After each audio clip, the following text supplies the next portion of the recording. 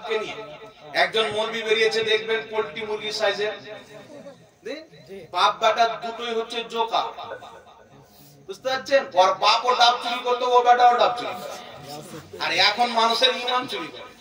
Recently একটা বক্তব্য দেখলাম, বলছে 27 তারিখে সবে কাদার কোন মাইলাল যদি প্রমাণ করে তো আমি ভারত ছেড়ে দেব। মাইলাল কেন প্রমাণ করবে? আবু দাউদ শরীফের মধ্যে সহিহ হাদিস, নবী পাক বলছেন লাইলাতুল কদর হলো 27 তারিখের রাত। নবী পাকের দুই ধরনের হাদিস আছে, আগে শুনেন। আল্লাহর নবী বলছেন তোমরা লাইলাতুল কদর তালাশ করো, খুঁজো 21 তারিখে, 23 তারিখে, 25 তারিখে, 27 তারিখে, 29 তারিখে, এক কথা বিজোড় রাতে, আখরি আশরা, শেষ 10 রোজার বিজোড় রাত্রিতে কদর তালাশ করো। আর আবু দাউদে আরেকটি সহিহ হাদিস, নবী পাক বলছেন লাইলাতুল কদর হলো 27 তারিখের রাত। সুবহানাল্লাহ। এই হাদিসের সনদ সহিহ, আলবানী নিজেই সহিহ বলেছেন, ওয়াহাবীদের বাপ। তাহলে কি বোঝা গেল? আল্লাহর নবী 27 তারিখকে কেন্দ্র করে 27 তারিখের রাত্রিকে লাইলাতুল কদর বলেছেন। কেউ যদি 27 তারিখকে কেন্দ্র করে লাইলাতুল কদর মানে, এটা হাদিসের খেলাফ হবে না, নবীর সহিহ হাদিস মোতাবেক হবে। সুবহানাল্লাহ। তবে হ্যাঁ, আপনি 21 তারিখেও ইবাদত করেন, 23 তারিখেও ইবাদত করেন, 25 তারিখেও ইবাদত করেন, 27 তারিখেও ইবাদত করেন, 29 তারিখেও ইবাদত করেন, যত বেশি করবেন আপনার লাভ তত বেশি হবে।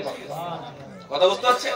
এই মৌলবি বীরভূমে এসে বলছে যে কোন মাইলা যদি 40 চাহরম হাদিসে দেখিয়ে দেয়, তাহলে আমি জুতোর গলা মালাই পড়বে, জুতোর মালা গলায় দিয়ে বাড়িয়ে যাব 40 চাহরম যদি দেখায়। আচ্ছা বলেন তো বাবা, কোন ব্যক্তি যদি এসে বলে যে কালিয়াচক মডেলের জুমা মসজিদ কেউ যদি হাদিসে দেখিয়ে দেয়, তাহলে আমি জুতোর মালা পরে বাড়িয়ে যাব। তার মসজিদ তো কোরআন হাদিসে দেখাতে পারবেন, কিন্তু কালিয়াচক মডেলের জুমা মসজিদ এই শব্দ হাদিসে পাবেন না। আল্লাহ জানে, যখন নবী পাক বলেন হাদিস, নবীর কথা হাদিস, আল্লাহ যখন কোরআন নাজিল করে তখন মডেল ছিল কিনা আল্লাহ জানে, কালিয়াচক ছিল কিনা আল্লাহ জানে, নাকি বলেন? এর নাম নিয়ে যে মসজিদ থাকবে এটা সম্ভব? কিয়ামত পর্যন্ত কেউ পাবে না। ওই মোল্লার বাবার মাদ্রাসায় প্রত্যেক বছর জালসা হয়। কি জালসা হয়? 18তম বর্ষের কি জালসা, 19তম বর্ষের কি জালসা, মাদ্রাসার উন্নতি কল্পে জালসা, দস্তরবন্দির জালসা। ওকে বলেন যে মাদ্রাসার উন্নতি কল্পে জালসা কোন হাদিসে আছে? তো আপনাকে যুক্তি দিবে কি? বলছে যেহেতু মাদ্রাসা চলছে, মাদ্রাসার উন্নতির আদেই করা হবে, তাই মাদ্রাসার উন্নতি কল্পে বলা হয়। আসল হচ্ছে মানুষকে দ্বীন শিক্ষা দেওয়া। এই জালসাতে আলিম ওলামা কুরআন হাদিসে বক্তব্য দিবে, মানুষকে দ্বীন শিখাবে। বেটা 4 দিনে করে তাই চাহরম বলা হয়, 40 দিনে করে তাই 40 বলা হয়। আসল হচ্ছে নেক কাজ করে তার সওয়াব মৃত্যু ব্যক্তিকে বকশে দেওয়া। 40 দিনে করলে 40 বলা হয়, 4 দিনে করলে চাহরম বলা হয়, বছর বছর করলে বার্ষিকী বলা হয়। 40 চাহরম কুরআন হাদিসে নাই। এই 40 চাহরমে যে কাজ করা হয়, প্রত্যেকটা কাজ কুরআন এবং হাদিসে আছে, তার মোতাবেক আছে। এখন আপনাকে কয়েকটি রেফারেন্স দিচ্ছি, একটু লক্ষ্য করে শুনেন। আচ্ছা বলেন বাবা, চাহরমে কি কাজ হয়? ইসালে সওয়াব হয় কি না? ইসাল মানে হচ্ছে পাঠানো, সওয়াব মানে হচ্ছে নেকি। জীবিত ব্যক্তি দোয়া, দানের সওয়াব, ফকির মিসকিনকে দান দিয়ে দিল, মাদ্রাসা মসজিদে দান দিয়ে দিল, দোয়া করে নিল, 10টা লোককে খাবার খাইয়ে দিল, 10টা মিসকিনকে কাপড় পরিয়ে দিল, আর নিয়ত করল আল্লাহ এই সওয়াবটা আমি আমার বাবার নামে বকশে দিলাম। তো জীবিত ব্যক্তি নেকির কাজ করে তার সওয়াবটা মুর্দার নামে বকশে দেয়, একে বলা হয় ইসালে সওয়াব। আর এটা কোরআন থেকে প্রমাণিত। আমার আগে মুফতি সাহেব বলছিলেন, আপনারা শুনলেন। আল্লাহ বলছে যারা পরবর্তীতে এসে পূর্ববর্তী লোকদের জন্য দোয়া করে। কি দোয়া করে? আল্লাহ আমাদেরকেও ক্ষমা করো, আমাদের পূর্বের ঈমানদার যারা ঈমান নিয়ে চলে গেছেন তাদেরকেও ক্ষমা করো। তাহলে দোয়া যদি কাজে না লাগতো, তাহলে পূর্বের লোকের জন্য দোয়া করতে আল্লাহ বলতেন? জোরে বলেন, বলতেন কি? তো অবশ্যই দোয়ার প্রয়োজন আছে। তাই আল্লাহ পাক বলেছেন যারা দোয়া করে তাদেরকে আল্লাহ পছন্দ করেছেন। এবং আল্লাহ বলেছেন উদউনি আস্তাজিব লাকুম, তোমরা আমার কাছে দোয়া চাও, আমি কবুল করব, তোমাদেরকে দিব। আর যারা আমার দোয়া থেকে মুখকে ফিরিয়ে নেয়, আল্লাহ বলেছেন অবিলম্বে তারা বঞ্চিত হবে এবং জাহান্নামের আগুনে জ্বলবে। এই দোয়া মৃত্যু ব্যক্তির নামে করা যাবে, সবাই মানে। মৌলভী সাহেব বলছে কোরআন তেলাওয়াতের সওয়াব কি করে যাবে? বাংলাদেশে কিছু গাধা শেখ বেরিয়েছে বাবা, একটা বক্তব্য শুনলাম। বাংলাদেশে একটা কাকড়া মুজামান বলে মৌলভী আছে। এই বেটা বলছে যে সবাই মিলে একসাথে কোরআন তেলাওয়াত করা হারাম না জায়েজ। টার্গেট কোথায়? সুন্নি মুসলমানের বাবা মা মারা যায়, আত্মীয় স্বজন মারা যায়, তো মানুষজনকে ডেকে একত্রিত করে কোরআন শরীফ পড়ে তার সওয়াব মৃত্যু ব্যক্তির নামে বকশে দাও, এটা কি টার্গেট করে? খালি শিক্ষার জন্য যায়, বাকি বিভিন্ন জন্য করলে না যায়। এটা সরাসর হাদিসের খেলাফ। কিন্তু আপনাকে বলছি শুনেন, মৃত্যু ব্যক্তির ইন্তেকালের পর মানুষের জন্য খাওয়া দাওয়ার ব্যবস্থা করা হয়, ওয়াজ নসিহত দোয়া খায়রের ব্যবস্থা করা হয়, কোরআন তেলাওয়াতের ব্যবস্থা করা হয়। এই প্রত্যেকটা জিনিস আপনাদের সম্মুখে, দোয়া তো কোরআন থেকে প্রমাণ হয়ে গেল, হাদিস থেকে আপনাকে প্রমাণ করছে, একটু লক্ষ্য করে শুনেন। প্রথম কথা হচ্ছে সবাই মিলে কোরআন শরীফ পাঠ করা যাবে কি যাবে না? সুনানু দারমি বলে একটি হাদিসের কিতাব রয়েছে, বেইরুত লেবানন থেকে প্রকাশিত কিতাবটি আমি কিনেছি আলহামদুলিল্লাহ। সেই কিতাবের মধ্যে হাদিস রয়েছে, হযরতে মুজাহিদ বিশ্ববিখ্যাত তাবেঈ, তিনি বলছেন আমরা এবং সাহাবায়ে কেরাম আরো অন্যান্য তাবেঈ থেকে সহিহ হাদিস, তিনারা বলছেন আমাদের জামানায় যারা সুন্দরভাবে কোরআন তেলাওয়াত করতে জানতো তাদেরকে দাওয়াত দিয়ে বাড়ি থেকে ডেকে এনে একত্রিত হয়ে কেউ 2 পারা, কেউ 3 পারা, কেউ 5 পারা এইভাবে কোরআন পাঠ করে আমরা খতম করতাম, তারপরে দোয়া করতাম। আমাদের আকীদা ছিল যে কোরআনুল কারীম তেলাওয়াত করে খতম করার পর যেই দোয়া করা হয় মুস্তাজাবুন, ওই দোয়া আল্লাহর দরবারে কারেন্টের মতো কবুল হয়। সুবহানাল্লাহ। যে দোয়া খতম কোরআনের পর করা হয় ওই দোয়া অবশ্যই আল্লাহর দরবারে কবুল হয়। না কোথায় থেকে এসেছে? সাহাবায়ে কেরামের যুগ থেকে, তাবেঈনদের যুগ থেকে। তাহলে এটাকে কেউ যদি বিদআত বলে, তাহলে এই ইসরাইলের শরীয়ত মানে কি মানলো? এ তো ইংরেজদের ইসলামকে মানে। আমরা আহলে সুন্নাত ওয়াল জামাত নবীর শরীয়তকে মানি, সাহাবার শরীয়তকে মানি, সালফে সালেহিনদের শরীয়তকে মানি। তারা মানুষকে ডেকে কোরআন খতম করেছে, আমরাও কোরআন খতম করি। আর সুনানুত তারমির হাদিসটিকে ইমাম নববী রাহমাতুল্লাহ আলাইহি নিজের কিতাব আল আজকারে 82 পৃষ্ঠার মধ্যে উল্লেখ করে বলছেন হাযা হাদিসুন সহিহুন। সাহাবা তাবেঈনগণ সবাই একত্রিত হয়ে কোরআন খতম করে দোয়া করতেন। এই হাদিসের সনদ হচ্ছে সহিহ। জোরে বলুন সুবহানাল্লাহ। একটু জোরে হবে না সুবহানাল্লাহ? সুবহানাল্লাহ। তাহলে যেটা সাহাবী করেছেন ওটা জায়েজ না না জায়েজ?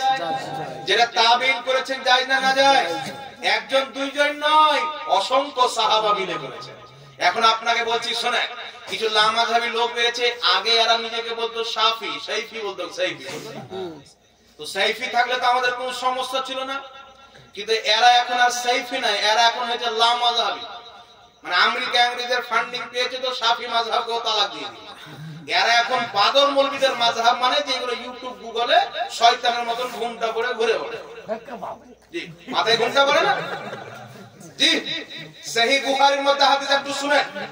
সহিহ বুখারীর মধ্যে হাদিস, বিশ্ববিখ্যাত সাহাবী হযরতে আনাস রাদিয়াল্লাহু তাআলা আনহু জুমার দিনে মিম্বারে চেপে মানুষের দিকে তাকাচ্ছেন, তো অনেক সাহাবী মাথাতে চাদর দিয়েছে।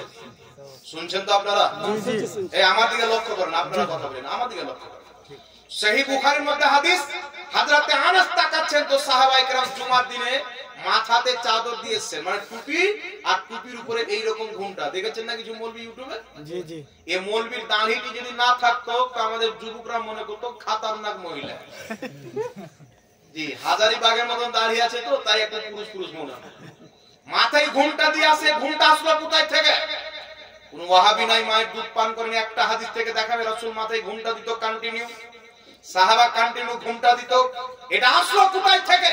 সহিহ বুখারীর মধ্যে হাদিস, হযরতে আনাস রাদিয়াল্লাহু তাআলা আনহু সাহাবাদের মাথায় চাদর ঘুমটাকে দেখে বললেন, তোমাদেরকে দেখে খাইবার জিদ্দের ইহুদিদের মতো লাগছে। খাইবারে যতগুলো ইহুদি যুদ্ধ করতে এসেছিল তাদের সকলের মাথাতে একটা করে চাদর ঘুমটা ছিল। তো মাথায় চাদর ঘুমটা দেওয়া ইহুদিদের তরিকা, আর এই মাথায় টুপি এবং পাগড়ি দেওয়া মুহাম্মদ রাসূলুল্লাহর তরিকা। সুবহানাল্লাহ। তো যারা ইহুদির তরিকা অবলম্বন করেছে তারা আমাদেরকে যেন শিক্ষা না দেয় যে আমরা কোথায় কি করছি। নিজের লেবাসকে পরিবর্তন করো, আকীদাকে পরিবর্তন করো, ওই আকীদার উপরে চলে এসো যে আকীদা ইমাম ইবনে হাজার আসকালানির আকীদা ছিল, ইমাম নববীর আকীদা ছিল, ইমাম বুখারীর আকীদা ছিল, গাউসে আযমের আকীদা আকীদা ছিল, ইমামে হুসাইনের আকীদা ছিল, সাহাবার আকীদা ছিল, নবীর দেওয়া আকীদাতে চলে এসো। যেই আকীদাকে নবী সঠিক বলেছে ওটা আহলে হাদিস নয়, ওটা হচ্ছে আহলে সুন্নাত ওয়াল জামাত। এটাকে নবী আসল জান্নাতি বলেছেন। এখন শুনেন বিরাদর ইসলাম, এই ওয়াহাবি বলছে কি মরা গরু কি আর চারা খায়? বুঝে কেন? বলছে গরু যদি মরে যাবে, যদি ঘাস দিত খাবে না। একটা লোক মরে গেল, ওর নামে কোরআন তেলাওয়াত করে লাভ কি? দোয়া করে লাভ কি? তা আমি বললাম তোমার বাপ মা মরলে গরু হয়ে যায়, কুত্তা হয়ে যায়, বিল্লি হয়ে যায়, তোমাদের চারা খায় না। আমাদের বাপ মরলে বাপ থাকে, মা মরলে মা থাকে, মানুষ মরলে মানুষ থাকে।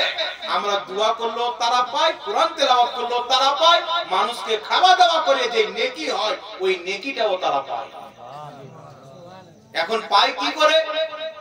সারা পৃথিবীর ওয়াহাবিকে বলতে চায়, যদি মৃত্যু ব্যক্তির নামে কোরআন তেলাওয়াত করে আমাদেরকে বিদাতি বলো, আপন বাপের কিতাবটা খুলো। সমস্ত ওয়াহাবির সবচাইতে বড় গুরু ইবনে তাইমিয়া নিজের কিতাব মাজমুয়া ফাতাওয়া 24তম খণ্ডের মধ্যে লিখতেছে। কি লিখছে? তাকে প্রশ্ন করা হলো মৃত্যু ব্যক্তির ইসালে সওয়াবের জন্য মানুষকে খাওয়া দাওয়া করানো যাবে কি যাবে না? তো বেটা উত্তরে বলছে, শুনো, মৃত্যু ব্যক্তির ইসালে সওয়াবের জন্য কলমা শরীফ পাঠ করা, কলমা শরীফ পাঠ করা, কুরআন তেলাওয়াত করা, তাকবীর পাঠ করা, তাসবিহ তাহলিল করা, এই সমস্ত জিনিসের সওয়াব মৃত্যু ব্যক্তির কবরে যায়, ফলে মৃত্যু ব্যক্তি উপকৃত হয়। কে লিখছে? সমস্ত ওয়াহাবীর সবচেয়ে বড় ইমাম ইবনে তাইমিয়া। তো নিজের বাপের ঘরের খবর নেই, আমাদেরকে বলছে বিদাতি। তাহলে তাদের ফতোয়া অনুযায়ী তারা নিজে বিদাতি হবে কি হবে না? বাবা একটু জোরে বলেন। তারা নিজে বিদাতি হবে কি হবে না? এই জন্য ইমাম মালিকের মাযহাবে ফতোয়া হচ্ছে মৃত্যু ব্যক্তির নামে কোরআন তেলাওয়াত করলে সেই তেলাওয়াতের সওয়াব মৃত্যু ব্যক্তির কবরে যায়। চার মাযহাব এই বিষয়ে একমত রয়েছেন। ইমাম ইবনে কুদামা আল মুগনি কিতাবে ৫ম খণ্ডের মধ্যে লিখছেন, সৌদি আরব থেকে কিতাবটি প্রকাশিত, লিখতেছে যুগ যুগ থেকে মুসলমান মানুষের ইন্তিকালের পর ইসালের সওয়াবের জন্য কোরআন তেলাওয়াত করে, আর সেই তেলাওয়াতের সওয়াব মৃত্যু ব্যক্তির কবরে যায়। ইজমাউল মুসলিমিন এই বিষয়ে প্রত্যেক মুসলমান একমত। জোরে বলুন সুবহানাল্লাহ। ইমাম জালালউদ্দিন সিউতি শারহ সুদূর কিতাবের মধ্যে লিখতেছেন, কোরআন তেলাওয়াতের সওয়াব মৃত্যু ব্যক্তির কবরে যায়, ফলে মৃত্যু ব্যক্তি উপকৃত হয়। বিশ্ববিখ্যাত ইমামগণ নিজের কিতাবে লিখেছেন। ইমাম বদরুদ্দিন আইনি বুখারী শরীফের শারা উমদাতুল কারীর মধ্যে লিখছেন, মৃত্যু ব্যক্তির ইসালে সওয়াবের জন্য কোরআন তেলাওয়াত করা যায়, কবর জিয়ারত করতে গিয়ে কোরআন তেলাওয়াত করা যায়।